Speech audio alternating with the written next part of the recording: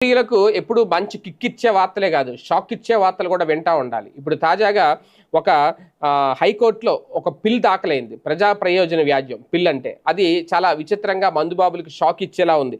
అదేంటి అంటే మందు తాగే వాళ్ళు ఎక్కువైపోయారు.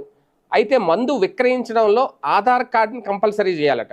అంటే ఒక వ్యక్తి నెలలో ఒక వ్యక్తికి ఒక్కసారి మాత్రమే విక్రయించే గరిష్ట మందు బాటిళ్ల సంఖ్య నిర్ణయించేలాగా రాష్ట్ర ప్రభుత్వానికి ఆదేశాలు ఇవ్వాలని కోరుతూ విశాఖకు చెందిన డాక్టర్ ఎస్ షిరిన్ రెహమాన్ హైకోర్టులో ప్రజా ప్రయోజన వ్యాజ్యం దాఖలు చేశారు.